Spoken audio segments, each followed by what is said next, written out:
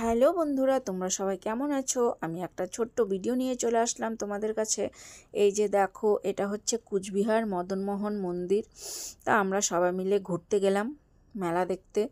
জীবনেও যাইনি, এবার প্রথম গেলাম। তো এই যে দেখো কি সুন্দর মন্দিরটা সাজিয়েছে, লোকের ভিড়। তো দেখো, তোমাদেরকে এক এক করে সব দেখাচ্ছি।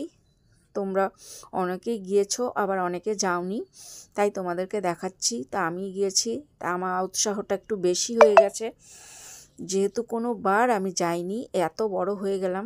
তো এই যে দেখো, পুরোহিত মশাই মন্দিরটা পরিষ্কার করছে, আর এদিকে সুন্দর করে সাজিয়েছে। আর লোকের বাহার দেখো, কত লোক, কত জায়গার থেকে লোক এসেছে।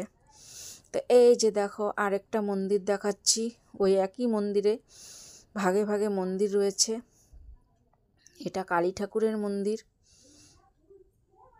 তো এই যে পুরোহিত মশাই বসে আছে, এখানে একটা গোপাল কৃষ্ণ ঠাকুর। তো এদিকে আবার সাজিয়েছে দেখো। তো কৃষ্ণ ঠাকুরের রাসলীলাটা দেখাচ্ছে, তোমাদেরকে তুলে ধরেছে। তো তোমাদেরকে দেখাচ্ছি, তোমরা আমার ভিডিওতে দেখে নিও, কেমন লাগে দেখবে। এই যে এখানে দেখো ছোট ছোট,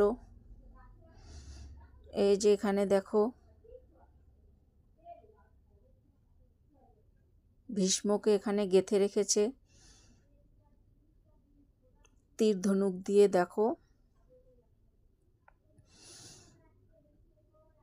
তো কৃষ্ণর ছোট ছোট, এখানে দেখো রাসলীলা হচ্ছে, যত কৃষ্ণ রাসলীলা করছে এখানেও তুলে ধরেছে।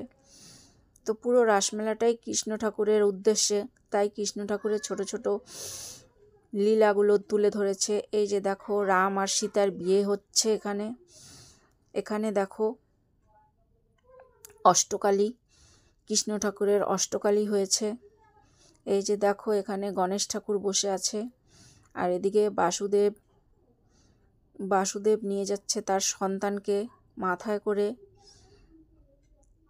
এই যে দেখো, দেখতে পেয়েছো? তো তোমরা অবশ্যই জানাবে কেমন লেগেছে। তারপর দেখাচ্ছি আরেকটা দুর্গা ঠাকুর। এত সুন্দর দুর্গা ঠাকুর আমি কোনোদিনও দেখিনি, তো তোমাদেরকেও দেখাচ্ছি। দেখো কি সুন্দর দুর্গা ঠাকুরটা। তা আরও আছে, পরে আবার নেক্সট ভিডিওতে দেখাবো। ভালো থেকো, টাটা।